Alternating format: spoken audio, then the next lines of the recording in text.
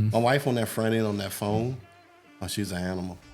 If you ever listen to her, she said ice to an Eskimo.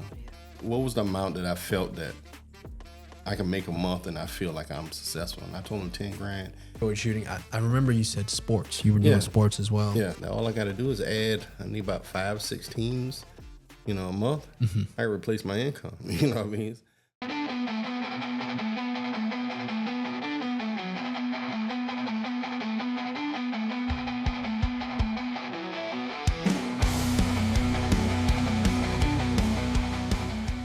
Apologies for the tight shot during the first few minutes. It will be adjusted shortly. All right, folks, we are back and we have a new guest for today. Today's episode is brought to you by our 3 sponsor companies. We're going to start off with, first and foremost, Horsepower Crane and Rigging, serving Lake Murray and surrounding areas. Servicing areas are Chapin, Lexington, Leesville, Gilbert, Columbia, Sumter, and Greenville. If you need crane services, please give us a call or stop by in our office in Irmo. We are also brought to you by Valor Health. If you or a loved one is ready to get down to your ideal weight, if you want to meet with Dr. Hahn for a free consultation, please feel free to stop on by, located here in Irmo as well. And we are brought to you by Midland Company, the premier framing company of the Midlands, servicing the entire state of South Carolina. We are your framing company for decks, fences, framing, you name it, we're here. All right. Today's guest is a special guest, actually, because he has actually seen our growth for the last 3 years since the inception of this. He is our neighbor. He is our neighboring business owner as well. We run into each other. It used to be very often. Yeah. We used to see each other almost every day. Yeah. Right. Yeah. Now it's like every other week. Yeah. Busy schedules. Yeah. If you're in here, I'm not. Yeah. If I'm in here, you're not. I've ran into you on Sundays. Those are always pleasant exchanges because. You and I both understand that being a business owner is no joke. Yeah.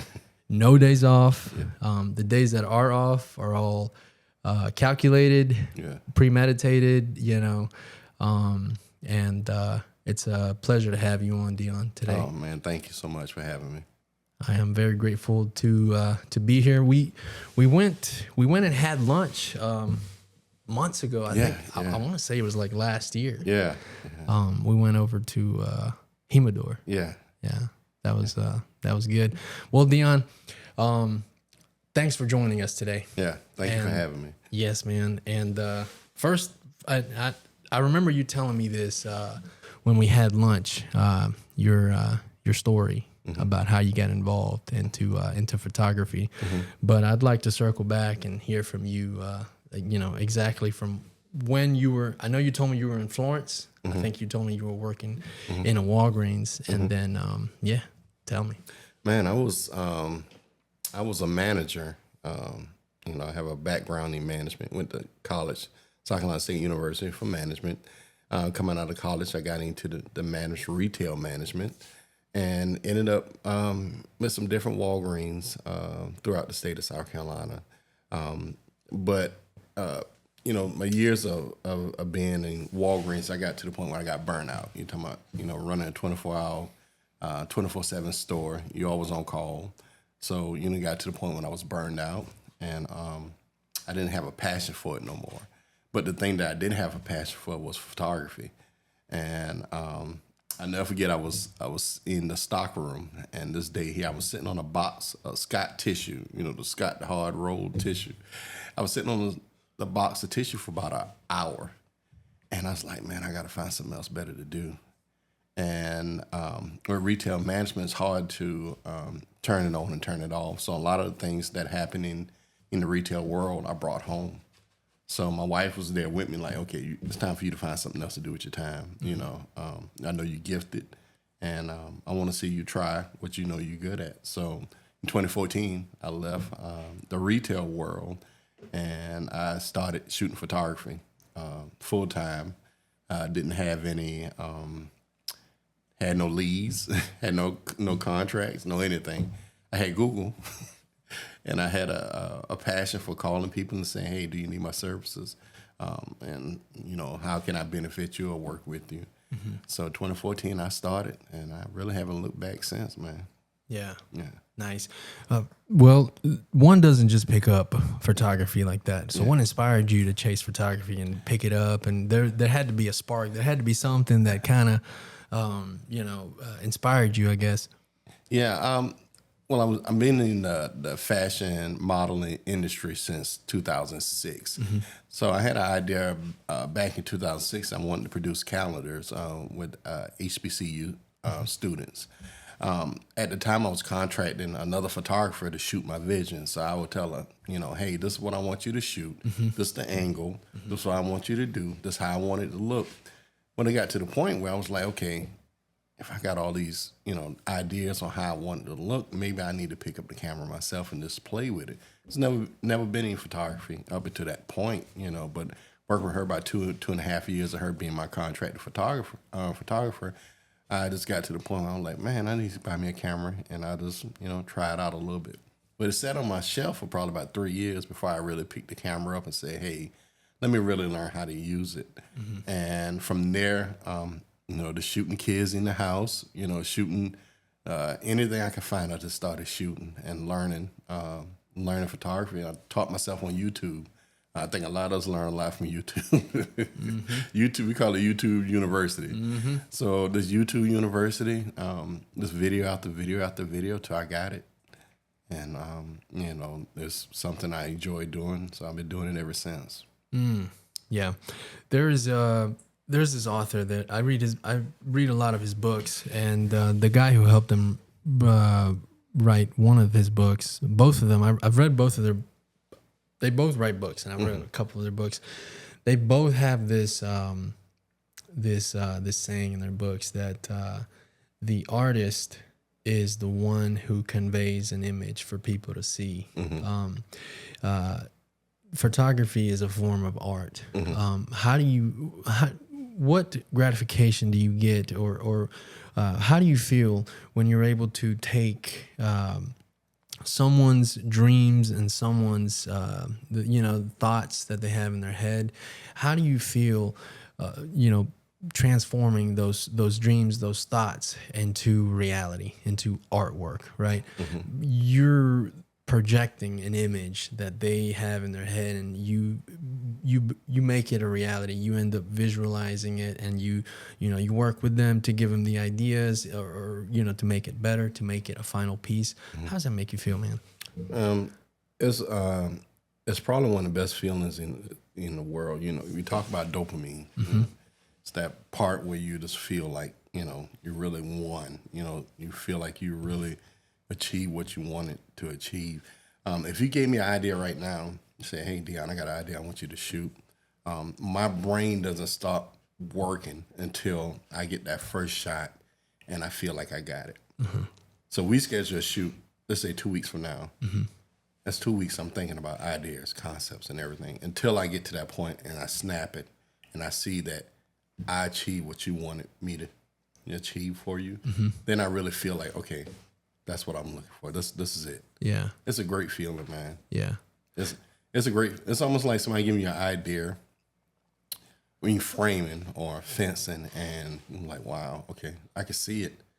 But when you step back and you look at it, that feeling you have, you can't beat it. Right. And it never ends. It's not one, like, you do it one time and it never happens again. It's like every client, I get that same feeling. Right. Yeah. Yeah. No, I feel you on that, Deon. It's got to be a different feeling too when you have, your artwork. You know what you can generate. You know what you can produce, right? You know what you can project, and that right there gives you a sense of gratification, validation, and then you have the client, right? When the client reacts to the final piece. Yeah. How's that? How's that interaction? Oh man, you can't beat it. It's probably one of the best feelings in the world. You'll see tears, you'll see joy, You'll see, can't believe it turned out this well. You'll see a lot of different levels of emotion. Sometimes, normally we keep tissue in our studio, especially for the women clients. Sometimes they are overwhelmed with emotions sometimes, and it's always a great feeling for us when you just you have those moments. Great feeling for me because I'm always behind the camera. Right. Yeah. Before you guys opened up shop, what were you shooting? I know when you got started, you were shooting from the house. You were cold calling. I also want to touch base on cold calling. Yeah. Get your take on it. Maybe share some tips on what to do with cold calling. Yeah. But going back when you got started, before you were shooting in your studio, what were some things that you enjoyed shooting? I remember you said sports. You were doing sports as well. Yeah. I shot sports. When I first started, I wanted to do youth sports. So right before I left Walgreens, I started shooting. I got maybe 1 or 2 teams. And I saw the amount of money that I made doing it, and I enjoyed working with the kids.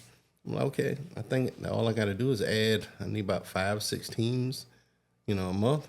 I replace my income, you know what I mean? So shot a lot of sports. I really wanted to get into shooting college teams, high school teams, and achieve that. I shot a lot of the area high school teams, some of the college teams here in Columbia or in the state. I've shot a lot of them. So that's what I started off was in sports. I just dove into it. It was just like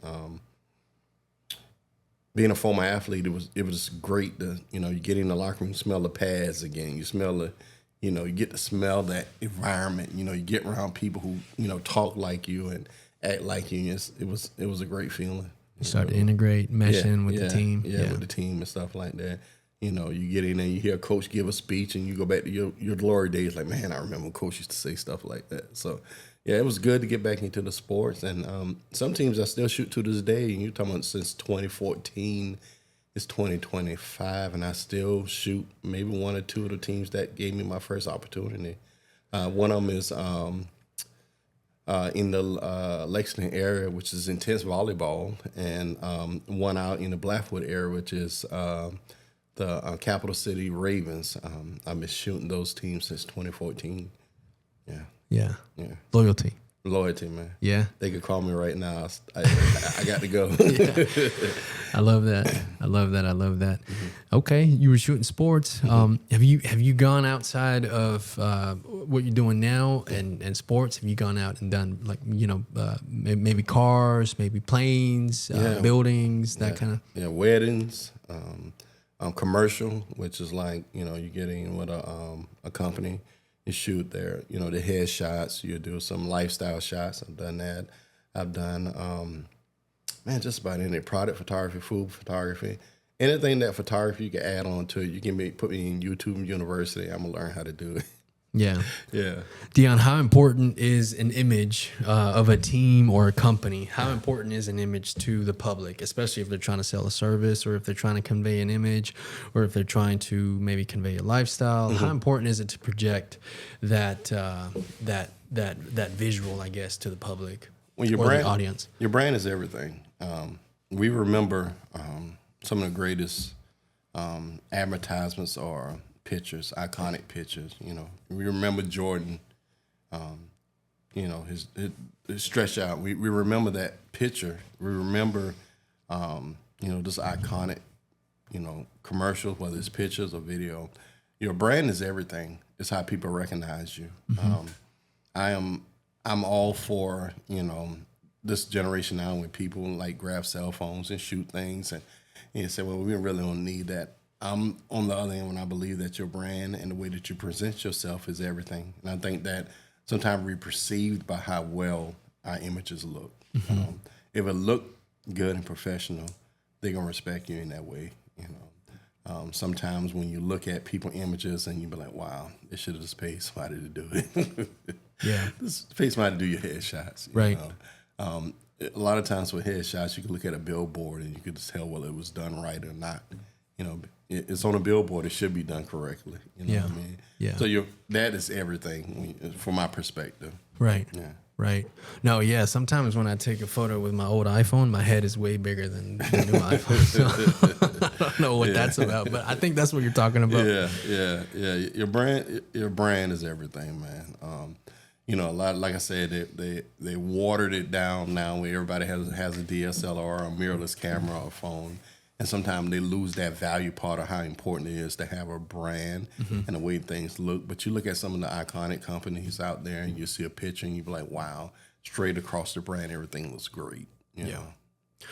Deon, the process of photography, break it down for us. You don't have to go too deep in it, but break it down from scheduling to consultation to the actual shoot, prep for the shoot, after the shoot, and then how long before once you finish shooting until you have the final pieces. How is that process like? Well, you know, when I first started off, I think you touched on it earlier. I did a lot of cold calling. It was me early in my business life, you know, trying to learn how to get clients. I did a lot of cold calling. To this day, how we get clients and things like that, we use a lot of social media, Facebook ads, Google ads.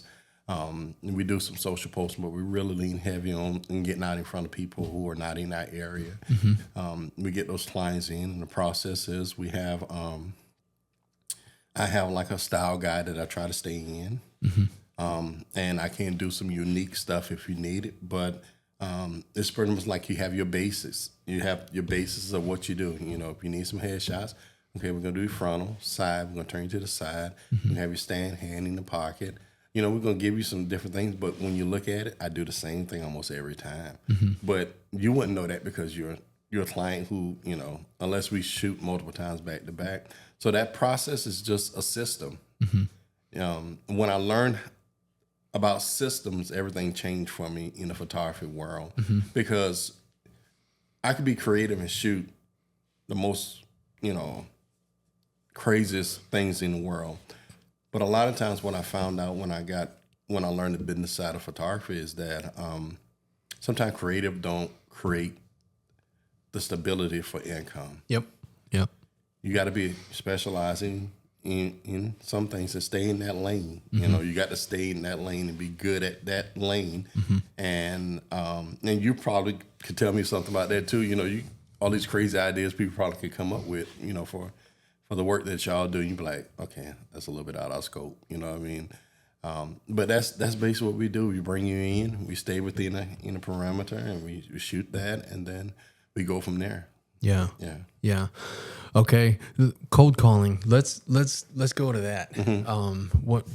How did that go for you with cold calling? What was your formula? I would ride by and see a sign saying, "Hey, sign up for kids 6 through 12 baseball." I would do a U-turn. If I couldn't read the number fast enough, I'd do a U-turn and write it down. And I would ride around as I go throughout, you know, Columbia, Lexington, wherever. And I just write down numbers. I get on the phone and call, "Hey, have somebody done your pictures yet? Hey, have you been, you know, happy with the pictures y'all done so far?" You know, and some of them we have somebody. So I'm like, "Hey, I would love to sit down and talk with you." It's a numbers game. You know, the numbers game is, you know, the more numbers you call, you got a better chance of you know, getting that client. So I was hungry because, you know, at this point I quit my job. I'm like, hey, this is how I got to eat now. You know, I would get on Google and just type in sports team, and I'll go down the list of call. But the good thing about it, I had my presentation ready. So if you say, hey, can you come here right now? I had my stuff together to show you, you know. So it was just how hungry, you know, I was, you know. I know I didn't want to go back to retail. When you're that hungry, you do whatever you have to do to keep from going back. Oh, yeah. Yeah. Yeah. Okay, so fueled by that hunger, your first job, Deon, how'd that feel when you got the first yes from cold calling, and then you secured your first one? You have the equipment, you had your presentation ready to go. It all went well. How'd that go? And how'd you feel when you first got it? Man, it was amazing. I think the biggest team I had was when I left Walgreens was intense volleyball. And me and and the owner of the club is Jerry. Me and him still good friends to this day. And he said, all right, Deon, I got like 6 or 7 teams here in Columbia. I got another 3 in Rock Hill. What's Intense Volleyball? It's a volleyball club, AAU volleyball club. Okay. Yeah, Okay. it's a volleyball club. Okay. And man, I got in there and I did a test shoot to kind of like, he wanted to see what I could do. You know? So I got in and nailed that, came back, and the parents just went crazy. At that time, no one was really doing the type of photography I was doing, which was I was specializing in the black background, which is just athlete on a black background looking real tough and mean. And it was my specialty at that time. I kind of got it from this guy here named James in Columbia. He shoots for Carolina Gamecocks. All the banners and stuff you see, all the calendars he do every year. Well, I was studying what he was doing, and I came up with my own way of doing it, but it created like this thing everybody knew me for the black background. So the parents went crazy. I loved it. You know, they really did. Still to this day, some parents still see me like, you're the guy who did our pictures when my daughter was like 15 or 14. You know what I mean? Yeah. So it's a great feeling, man. Black background, was the entire image black and white or just black background? The black background, you got the athlete popping off of it. I shot it with 4 or 5 lights, so it really highlighted their muscles, their you know, their competitiveness, you know, their face. Really highlighted those things so that when you see it, you're like, oh wow, that's a powerful athlete right there. Yeah. Yeah. Nice. This idea just came to my head that when one stares into a mirror, that's actually an illusion because you're staring at a reflection. It's not really what you look like. You don't know what you look like until you look at an actual image or a photo of you. That's why they say that an image, unless your face is symmetrical, highly symmetrical, people's faces tend to be different from what they see in the mirror to what they see in photography. You know? I'm gonna go on a limb and say that photography, when people see it, especially with the enhancement, the angles, the lighting, and then plus they're not looking at a reflection of themselves, it's definitely a moment. Yeah, it is. Nice. James was his name, right? James is his name? Yeah, the guy who I was studying. Yeah. Yeah, James, I think it's Quantz, Quantz. He's a phenomenal photographer here out of Columbia. Man, his work is, he worked with some of the biggest names you can name in the U.S. for athletes, colleges. Started studying his work. He's amazing. Now he's really into still shoot, but he's in a lot of teaching right now. But you know, I don't do as much sports work anymore. But man, his work is phenomenal, man. Yeah. Would you go back to shooting sports?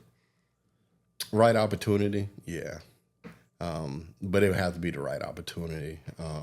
What I figured out that in chasing that sports world, sometimes it wasn't producing the income I wanted, you know what I mean, and needed to be able to do it full time. So, you know, there were some times in between there where I had to go back to work maybe for, 6 to 7, 8 months just to pick up the slack from, doing photography. But it was still a great process. Everything has a process to it, man. Once you accept that process, you know this all just a moment, It's not forever. It's just a moment. Yeah. Yeah. Deon, you've mentioned 2 things. You've mentioned 2 things just now. One of them was systems. We can talk about that in a minute. The other one was niche. Maybe you didn't mention it, but I'm gathering niche. So during the phase when you were code calling and you were getting your first gigs, then you started funneling into the idea of the current niche that you're in now.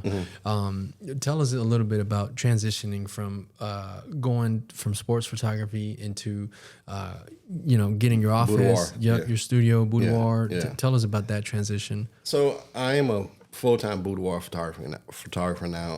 What happened was in 2020, right after they shut down the country for the pandemic, I ruptured my Achilles, outside with the kids, flipping. I've always been an athletic guy. I'm going to pause you for a minute. Hector, he's got an office here in our headquarters. Whenever we mention the pandemic, that's when we open doors too. He says, the pandemic. He's like, No, the pandemic. Yeah, man, that's what happened. So I ruptured my Achilles, but I was out of commission for only about 3 months. But it was a time where my mind was worked probably better than it ever did in my life because I had to slow down. You know, you're laying on the chair, you got your foot propped up, and you can't do nothing but eat, sleep, and take some medicine. You know, you can't really do anything else. But my mind was, it was almost like my mind was just so open. It was the first time probably about 15 years that I slowed down. You know, you coming straight out of college, getting right into retail, you don't have an off button. 24/7, you just on. Especially management. Yeah, management. The phone, I bet that phone kept. Yeah. Yep. Yeah.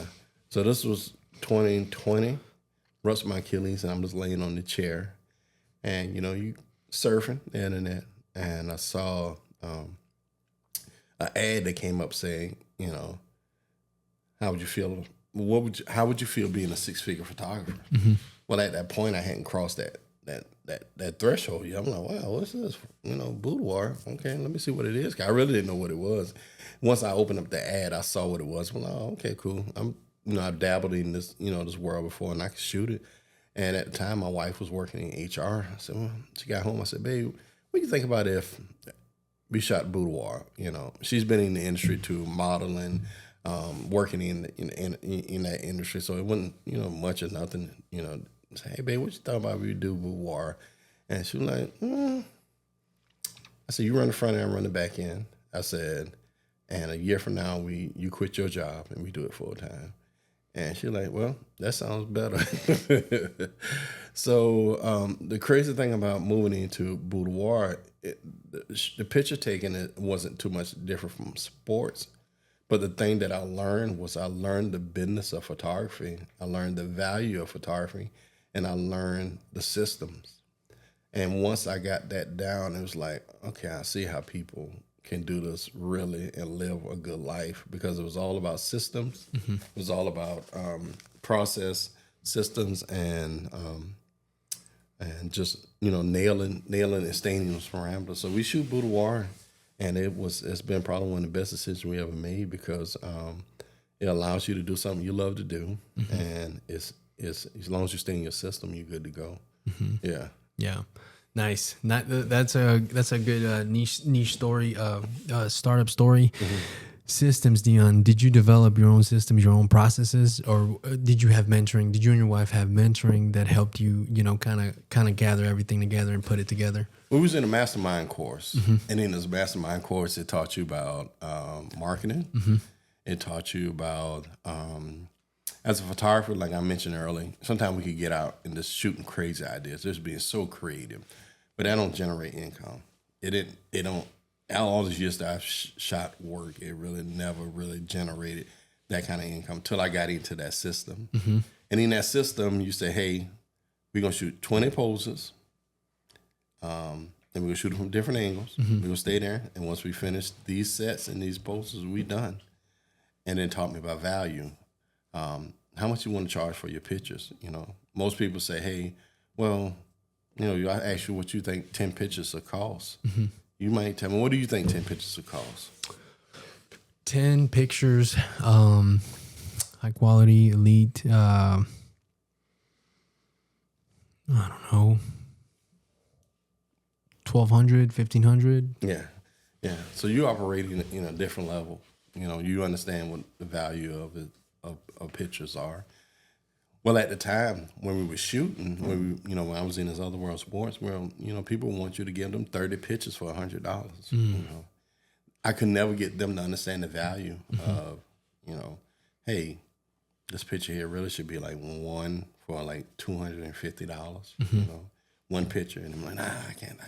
So I always battled that part of understanding, value, conveying that over until I got into boudoir. And once I got into that and learned the value of pictures and what it should cost, then everything changed for me. Yeah. Deon, when you got into when you guys moved into your place of business, did you have to pivot as far as your angles, as far as your equipment, the quality? Did you have to turn the knob a little bit, or what kind of adjustments did you have to make? Because so you were doing, you were shooting all kind of crazy things, sports as well, and it wasn't generating. One thought that comes to mind is, and I think I heard this in a movie the other day, is you go from being the hunted to now being the hunter, and in this case, the wording is backwards, but the meaning is the same. And I'm going to put it this way: so when you first got started into it, when you were dabbling into it, when you were cold calling, you were chasing leads, right? Yeah. And then when you decided to pursue this niche, you developed your system, and you started dialing in on your marketing, and we'll touch base on that in a minute. But you went from you chasing the leads to now the leads coming to you. Yeah. Right. And that gave you time to sit down. Like you said, you went to a mastermind course. You guys learned, the ins and the outs. I'm sure that you implemented your own processes as well. Your own, your own, your touch. Would you say that's a fair assessment that, the work started coming in rather than having to chase it? Yeah, it's a totally different feeling for trying to teach somebody your value versus they automatically see it, from the quality of your work. Once they see that your quality of the work that you perform, and then we went back to what's your images, it's everything. You go on our website, see high quality images, you see things that are well put together. Immediately, hey, this is not. I can come in here and run and gun. Is what they call it in the industry, run and gun, and get 100 pictures for $20. You know what I mean? It doesn't work like that. When you could tell by when you look at our website, that perception. So the leads started coming to us when they started seeing the quality work we were putting out. We have people who came from Georgia, other side of Atlanta, North Carolina, all parts of South Carolina. Deon, were you marketing in those areas? Yeah. Talk about your social medias real quick. When did you open your social media accounts? Yeah, social media has been up. We started in 2020 when we started the company, but social media was just that place where they went to validate us. A lot of our stuff came from the ads. Once you get them in front of you, then they're going to continue to search and research and research and research. So all I needed to do, my social media needed to follow what my website was doing and what everything was lining up. Our social media really showed our personality, who we were as a team. You see us on there laugh and dance and doing some things that, that we wasn't as, sometimes you polished, so polished, we wasn't polished, we were ourselves. When you go on, you go on our Instagram or you go on our TikTok, you really see who we are as people. But then when you look at the work we do on our website, you could tie all them together. Like, wow, I think I want to work with these people. And we still get that to this day. Like, hey, I really want to work with y'all. I like y'all. Y'all a husband and wife team. I love the work that y'all putting out. Everything looks exceptional. So everything ties in. But we start off with those ads, those advertisements. We get out in front of you in the way that we run ads. And once we get in front of you, then we'll track you down. Once you click on the ad or you stay on it too long looking, well, I got 2 or 3 more ads going to come at you tomorrow. We're going to stay in front of you. And that's the way of marketing these days. You see it with social media. I mean, you can talk about something right now, and next thing you know, it pop up on your phone. You be like, all right. Now they just heard me talking about a new drill. They heard me talking about, and it pops up on your phone. Right. Yeah. When you guys ran your first ads on Meta platforms, and you got your first lead, how'd that feel? Man, that felt amazing. It felt amazing, but it didn't feel the part that really hit was when our first client swiped their card. And we were like, holy cow. Was it a lead from Meta? Yeah. Yeah.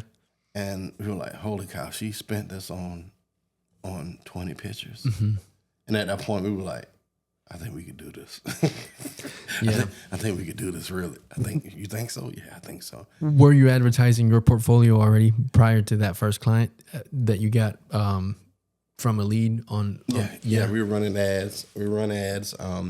I didn't have, prior to that, I didn't have any boudoir images. So I had 3 people I worked with in the modeling industry, 3 people. We went out and we rented a hotel in Columbia and we shot images. We shot images all day, three girls, and they did exceptionally well. And we did a trade-off. I just gave them some images. They gave me the rights to use their stuff, and that's how I built off of 3 pictures. I built everything off of 3 pictures. Yeah. And I didn't have a big portfolio at that time, but it was just that it was clean, it was good, and it looked professional. You know? Yeah.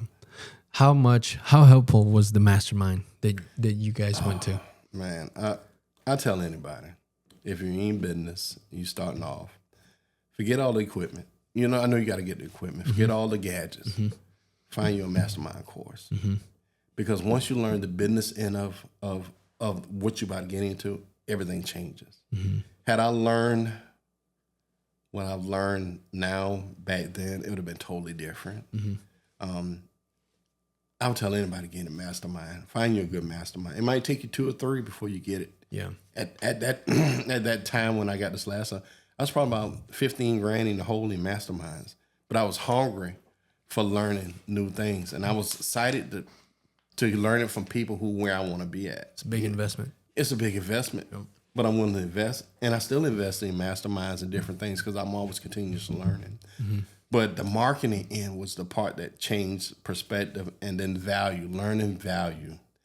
And that was the part that changed everything. We're just learning, hey, we can sell anything. That pen that you got, hey, we can sell that for $150. Somebody gonna believe in the value of it. We might think it's the craziest thing in the world. But that pen that we can sell for $200, $152, what's the value we place on it? Yeah. You know? Yeah, the perception that you can create. Yeah. Deon, what inspired you to jump on masterminds? I mean, that's a big jump, right? Whew. Well, my first mastermind I got was probably about 2 years before I got on the boudoir. And his name was Corey Reese. He's out of Atlanta. And I owe everything to this guy till this day. Because he was the first person that told me, said, Deon, 10 grand, what was the amount that I felt that I can make a month and I feel like I'm successful? And I told him 10 grand. He said, I looked at your work. He said, man, that's easy. He said, your work is exceptional. This was sports at that time. So you come to Atlanta, you'll be a lead photographer. You just got to make that jump. He the ones really started telling me, say, hey, you know, this is the value. And then he called me. I'll never forget, he called me by accident. Like, you know, he had 2 Deons in the phone. He meant to call a Deon in Atlanta, and he ended up calling me. A guy was a photographer too. Well, he had a big commercial shoot where he was cosmetic dentistry people was coming to Atlanta and he do this big campaign. Well, he called me by accident. He said, Deon, he said, man, you're a good guy. He said, you could come down to Atlanta. I can't pay you for this here, but if you want to come and see how we operate on this level, you could come. Nothing. I'm telling you, I got in that car so fast that weekend because I needed to see it. Until you could see some, I'm from a small town, from the country. We don't really have, when I say small town country, if you're from South Carolina, you know these little towns where you know, we got a Hardee's, we got a Piggly Wiggly or Family Dollar, IGA, small towns. Well, a lot of times we don't get that level of exposure. That's right. To that world.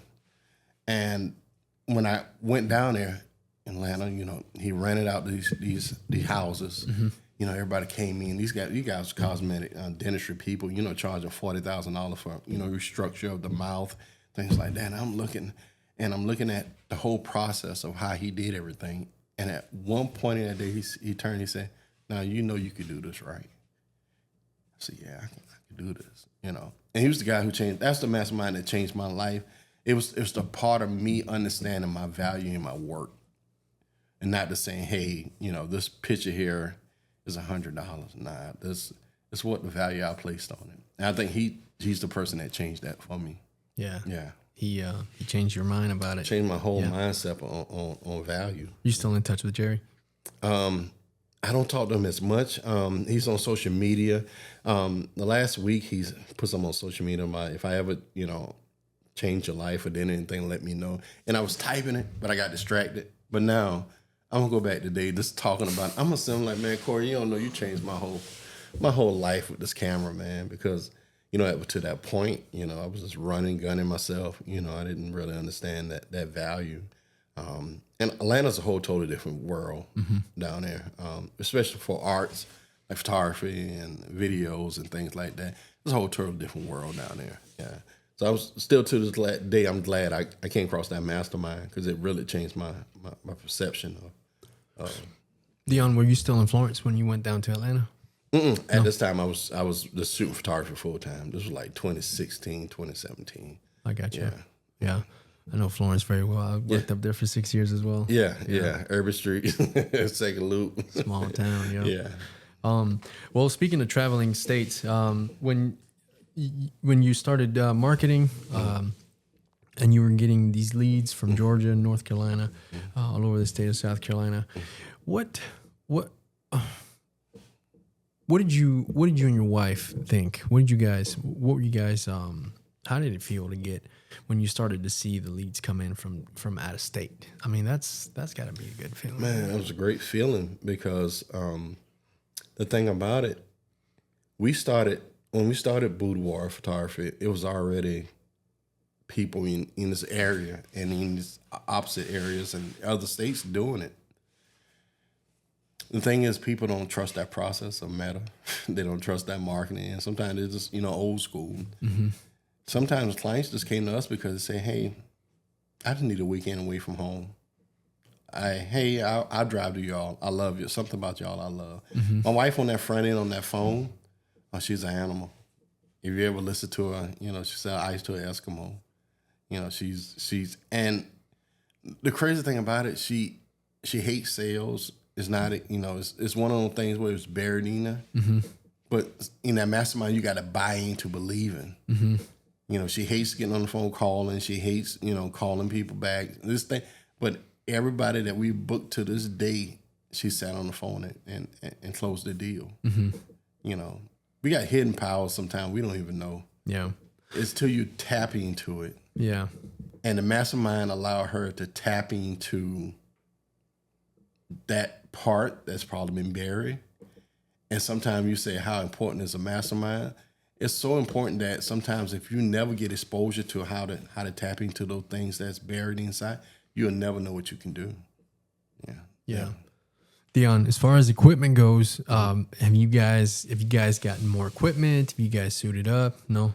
I haven't bought anything in probably about 6 years. Wow. Because all right, so you're familiar with this. When you first start, yep. I need this, I need that, I need this, I need that, I need this, I need that. When you get to a point where like, it's gathering dust. You got equipment now, you're like, man, I ain't touched that in 4 or 5 years. Right. Sitting in the corner. Yeah. The thing that I simplified a lot of stuff that I did, I do. Well, right now I shoot natural light. So I don't even pull out no lights and anything, straight, just camera. No lights at all. Now, before we got the studio we rented a studio from a guy and I shot studio lights. But man, natural light, we in our studio now, we got up top, you don't see nothing but natural light to come through. All our sessions are done in the morning, so I don't need any lights. Simple. Yeah. Simple.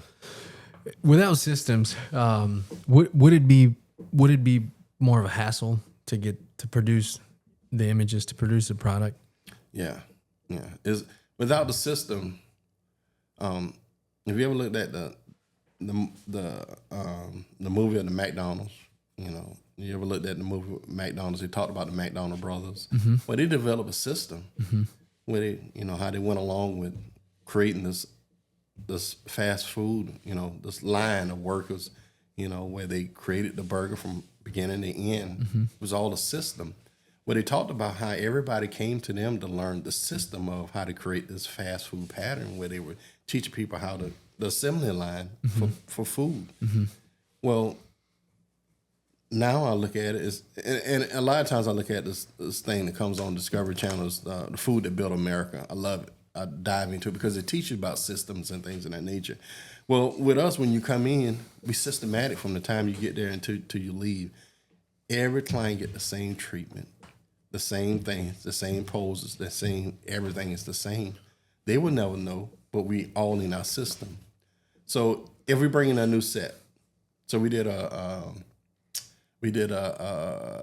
shower set we brought in last year. It still fell into our system. We created a system for it so that we could stay, parameters of trying to get you in there by 9 and be done by 12:01, in between 12:01. In that system, if we go outside at 1 o'clock, we out of our system. Sometimes it take a little longer.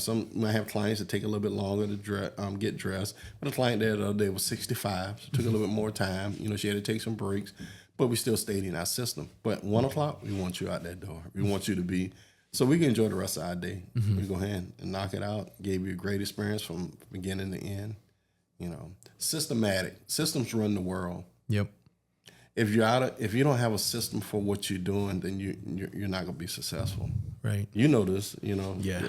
Gotta have a system. Yeah. If you don't have that system, then you're lost. And I think in the beginning, I was chasing leads, money, and things of that nature because I never had a good solid system until I got that mastermind to really teach you how to do it. Yeah. Marketing is a game changer. It is because if done right, there can be a flux of leads coming in. Yeah. Have you gotten bogged with too many leads, too much work? Is that a thing? Yeah, it is a thing. And it's a good thing and it's a bad thing. Because burnout is real also, because not only do I shoot, I do the editing for the images. So I sit in front of the computer for, 5, 6, 7 hours knocking that out. Well, before the end of this year here, I got to find a system for letting somebody else do that, just to free up my time. I think one of that part of being an artist is sometimes you want your hand on everything, and sometimes it's hard to let go or bring somebody else in and say, "Hey, knock this out for me." Right. But it's part of growth. Hey, I can't do everything. I need some wingmans. I need a Scottie Pippen. Yeah. You know what I mean? I need a John Paxson. I need I need a Dennis Rodman. Right. Yeah. No, I definitely feel you on that, Deon. Just this week, I was with my friend, and I was telling her that I think I had about 4 missed calls, and I'd been tied up that morning, and I hadn't called him back. It was 11, and I was, the clock in my head was ticking, like, tick, tick, tick. Wonder what's going on. I should probably call him back, right? Like immediately. Yeah.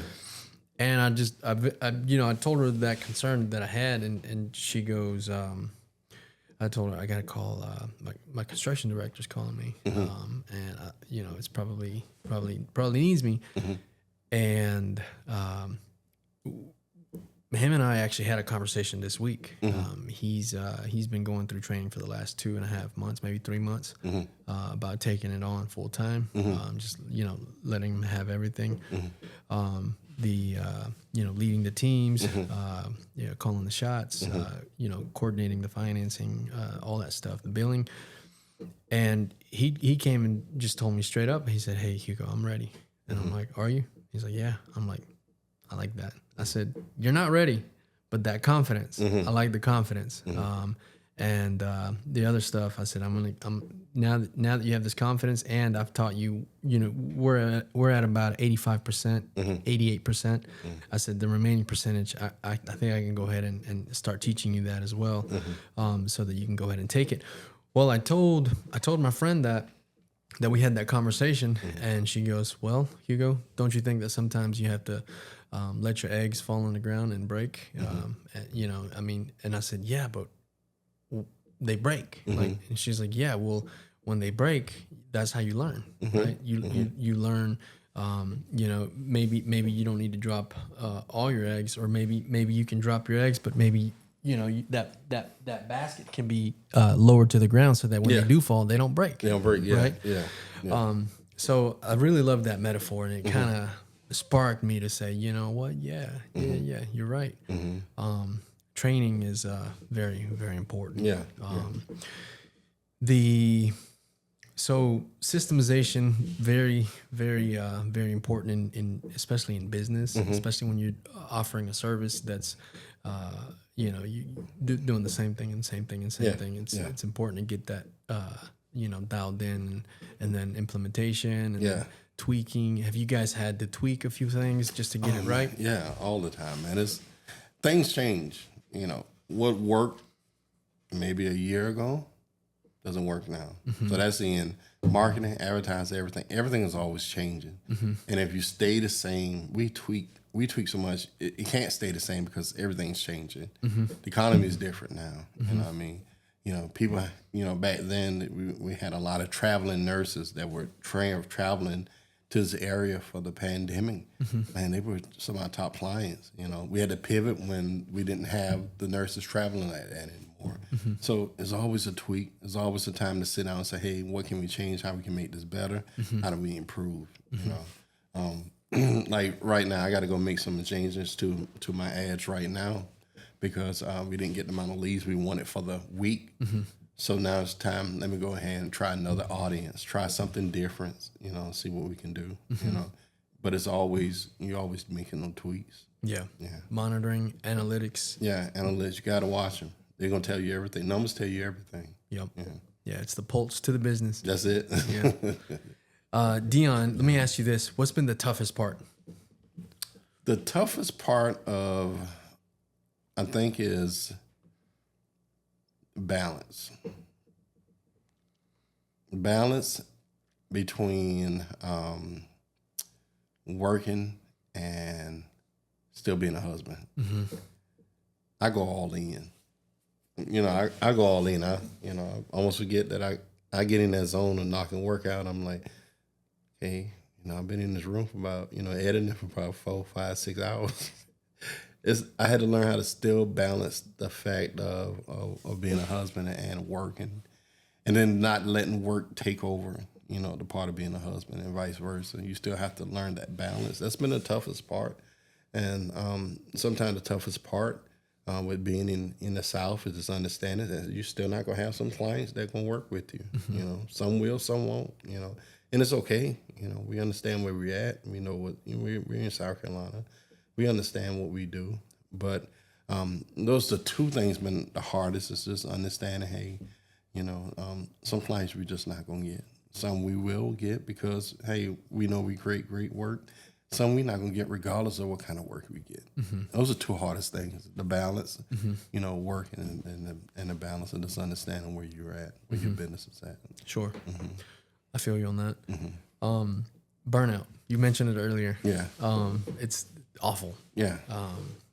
I burned out last year, waking up too early, working late nights. Yeah. Have you experienced that? Yeah. As well? Yeah. Burnout. Yeah. Normally once or twice a year, I get to go somewhere by myself, and it brings me back. I go somewhere and I might go to Charlotte for a weekend, Atlanta. I might go somewhere and just sit at the hotel, and just go grab something to eat, and come back and relax. So simple, right. But I need to go somewhere where I don't have my laptop or my phone. One of the best things I did was I went on a cruise and realized I didn't get the internet package. So I was without my phone, internet, everything. First day was rough, but man, the next 6 days were probably the best days I spent in a long time, just to detach. Because, you're going to have fires, you're going to have things you're going to have to put out, you're going to have things that happen. But I think once you train your team or you train, your people well enough, I think that you can make some moves where you could dial down a little bit. It'll be okay. Enjoy some leisure. Yeah, just a little bit, man. Yeah. After my last burnout, I started implementing more leisure time into my calendar, and I started noticing massive difference in the I guess overall with being content. Yeah. Right. Yeah. Because when we for the last 2 years, Renee and I have been going in, just a lot of focus, a lot of work, putting in a lot of time. And there have been nights when we, been in here late, late weekends, weekends as well, Sundays as well, and balance, starting to put in a little bit. Maybe it's not where it should be, and I don't know who has the playbook of how much you should fraction for work, how much you should fraction for for church, for leisure, for, for family, but just putting in a little bit of leisure in there has definitely helped, Yeah. the level of content, for my lifestyle, at least. I can definitely speak on that. Has it been harder, even with y'all growth now? Yes. Has it been even harder to try to get that time? It definitely has. Yeah. The luck that we've had with the growth has put a lot more on our plate. But thankfully, going back to the systems, that has helped tremendously, because now, we kind of know where to put as the work comes in, as the leads come in, there's a chain, there's a pattern, right? And now we have a team, right? So each role plays an important part of that team, and you don't necessarily have to be there every time, because you have the SOPs, so that's been very helpful. But yeah, the crash out, not the crash out, the burnout. Yeah. It's real. It's real, and it can lurk real quick. Yeah. It can come out of nowhere. It's almost like a pain that you have, like waking up and it's like, oh, where it came from. That's almost how that burnout can just hit you immediately. You're like, wow, I'm burnt out. I'm burnt. That happened last year, coming out of vacation. I was locked in from, was it September to December? Well, I didn't take a day off.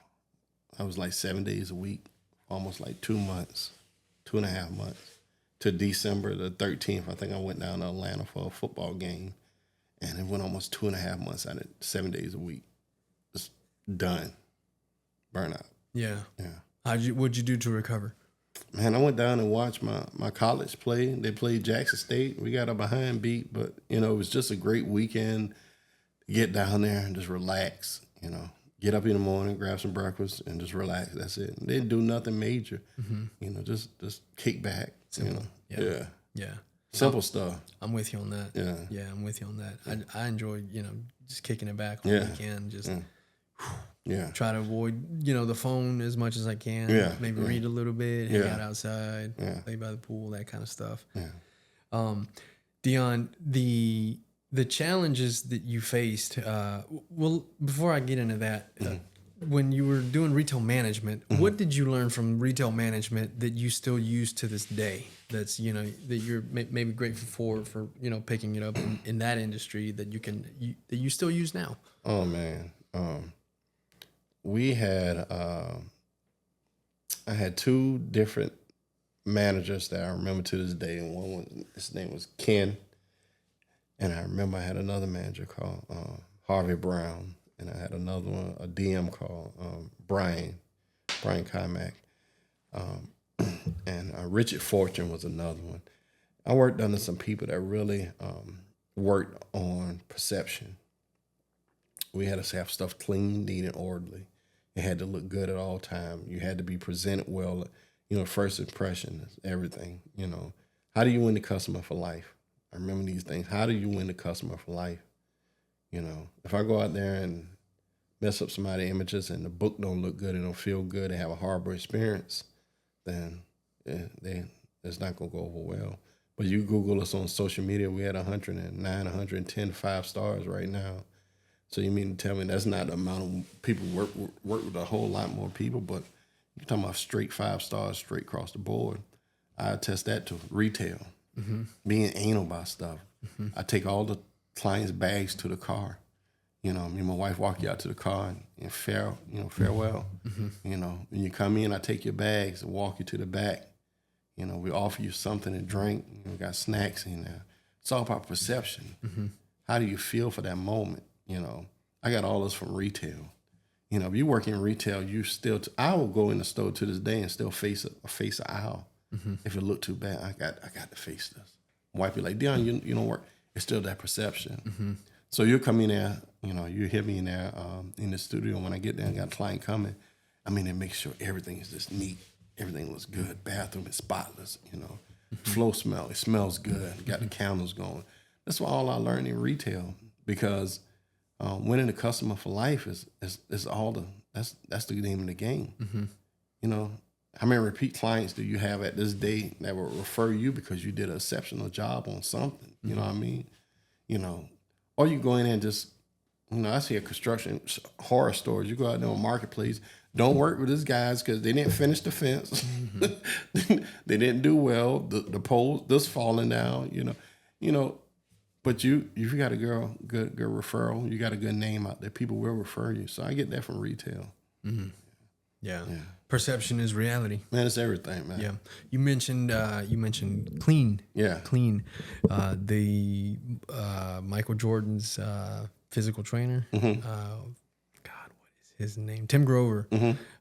He was also the trainer for a couple other high level athletes. I think most of them were in the NBA. Yeah. A few football players, maybe. Renee has this book, and I read it. And one of the things that he talks about in that book, he calls these high level athletes, he calls them cleaners, right? Because that's how they operate. They operate in a clean manner. Everything that they do is clean, lined up, right? Yeah, they got all their ducks, right?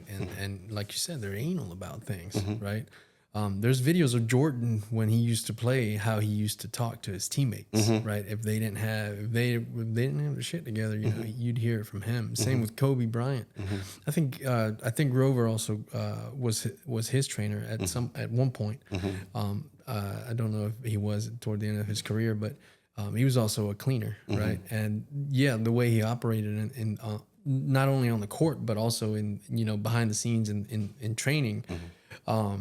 Is just like you mentioned, very detail oriented, knows the ins and outs and the nuances, knows which buttons need to be pressed in order to present or have a certain presentation, where the weaknesses are, where the strengths are, and how to catalyze both to I guess make yourself fearsome, make yourself at the highest level, to be able to operate that way. So clean. We tell our team all the time, Jose hears this all the time about, clean, clean, delivering a clean product, because that is the first thing that is portrayed when the client sees, the service or the product. You named some great athletes, and I even go further with prime time. Deon Sanders. If you looked at him back in the days, he used to layer out his whole uniform on the floor. It was immaculate. The thing that he did for football athletes at that time, we knew about Bo Jackson, but Prime brought something different where it just made you want to be clean and look good. You had offensive linemen. We didn't. We weren't position players, so we didn't get all the neck bands and all. But we wanted to look like Prime. He had us out there with everything on he had on because he was all about perception, how you perceive yourself. He had a cult following. Man, he had a cult. Man, we were trying to be like him as a lineman. Yeah, man. Yeah. No, that's good, Deon. One of the things that I think we share as entrepreneurs is that that desire to keep improving. Yeah. Right? Yeah. Keep improving, keep making sure that any weaknesses are targeted, fixed, adjusted, tweaked, and learn from that, reflect on that. What's been the easiest thing for you in business? We talked about some challenges. What's been the easiest thing? What's been something that, you're like, breeze? Man, I think once they're there and I turn that camera on, it's all easy. It's downhill there. Flow state. Man, it's almost like driving on Sunday afternoon with the windows down. You do it so much too, you're locked in. You're really locked in. Like you remember doing your first project versus your projects now. You remember the first time you go out, you're just like, man, I really don't know how to do this. But after you put the work in, the time, and you practice, you get good at it. The crazy thing about sports and boudoir, I didn't have to train to learn how to shoot. It was already there. So my first shoot in boudoir, I was nervous, but you're already trained enough to know what you need to do. So all you had to do was just turn the button on. That's the easiest thing to do. Just once they get there, just turn the button on. You know, I'm a people person. Another thing easy for me to go in there and make me a new friend. How you doing? Where you from? Oh, okay. We know each other. You know what I mean? We from the same area. You know what I mean? I could talk to anybody. That's another, thing that's super easy for me. I make friends. I'm gonna make a friend. All our clients, we call them my family. I remember my first client. I remember every client we have. I know every last one of them in their story. You show me a picture, I'm like, okay, I remember her. She did this, such and such thing, and she's from such and such, and where she work at. No, as I get in, I'm gonna talk to you. That's important. Yeah, we're gonna find out, what's going on.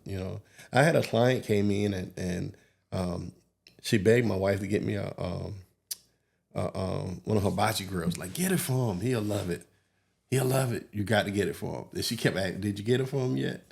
Man, that Father Day, guess what I got? I got my hibachi grill, my Blackstone. Our clients are, man, our family members, man. We still, to this day, they call us and we check on each other. We follow each other on social media, I believe in building relationships, Easy. Deon, it sounds like you're at a mastery level with this, with people relations. Do you think people relations and reaching that level of mastery, do you think that has helped you and your wife increasing the amount of sales that you close on once you get a lead? Do you think that it just gets easier as you keep going because you know what your leads want, you know what product they want, you know how to deliver? Do you think that gets easier? It gets easier once you find your balance. We read Wolf of Wall Street, learn how to close with tonality, high, come low, learn how to close. But things you still have to find your balance. What works for you and your client, So we tried Wolf of Wall Street a lot with Boudoir wouldn't close. We had to switch it up a little bit. We used a little bit of Wolf of Wall Street, and we put a little bit of our own spin on. Then we used what we got from the mastermind, and we took all that and put together. And if you listen to her on a call now, the first thing she's gonna do is find out why you want to do it. We got to find out your pain point. Tell me why you want to do this, because if I can figure out why you really want to do this and what it's gonna mean for you, then we could close the deal. If I can't close a deal, it's just like, oh, you come in and get your makeup done and your hair done, and we go shoot some pictures of you. I can't close that deal.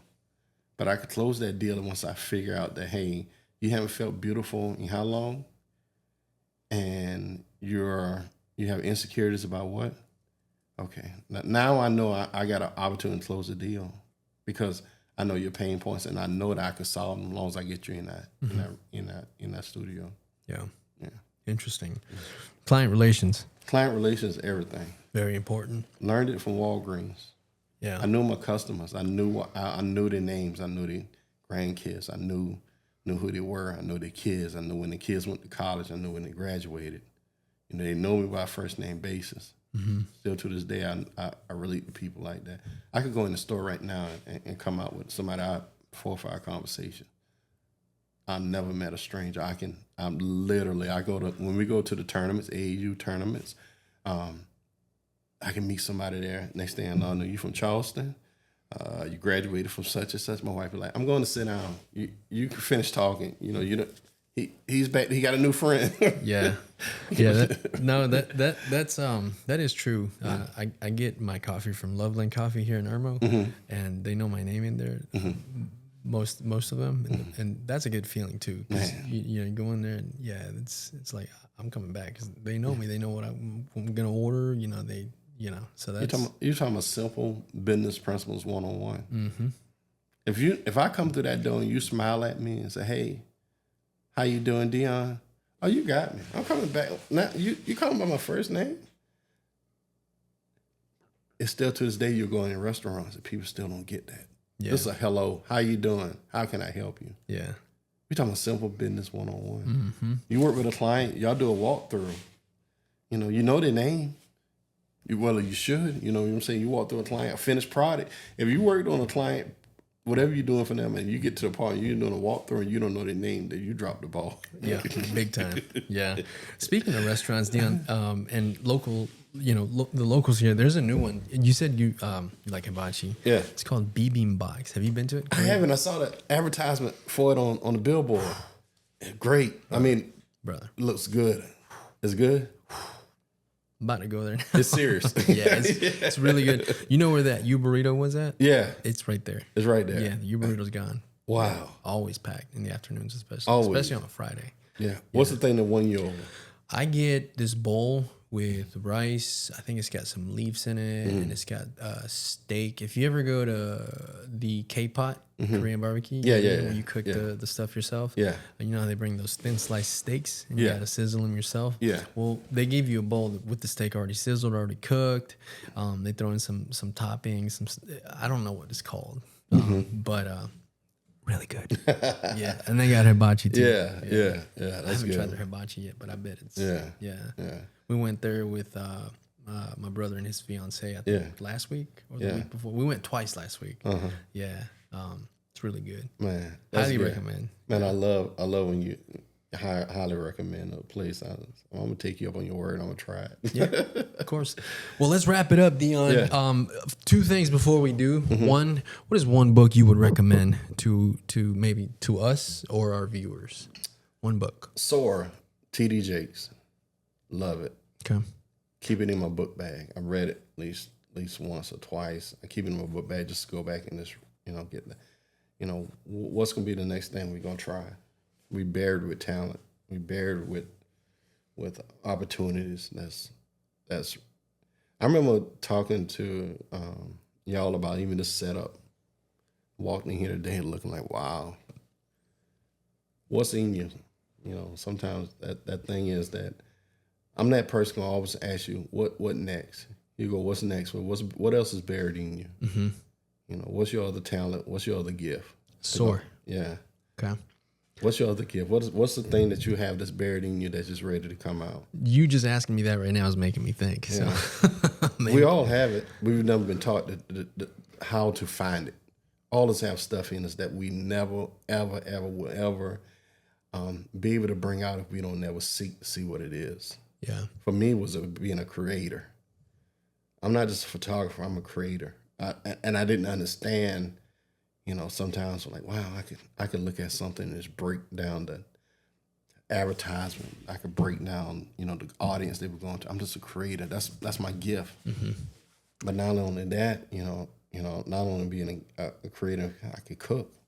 I'm a creator. I cook on the grill.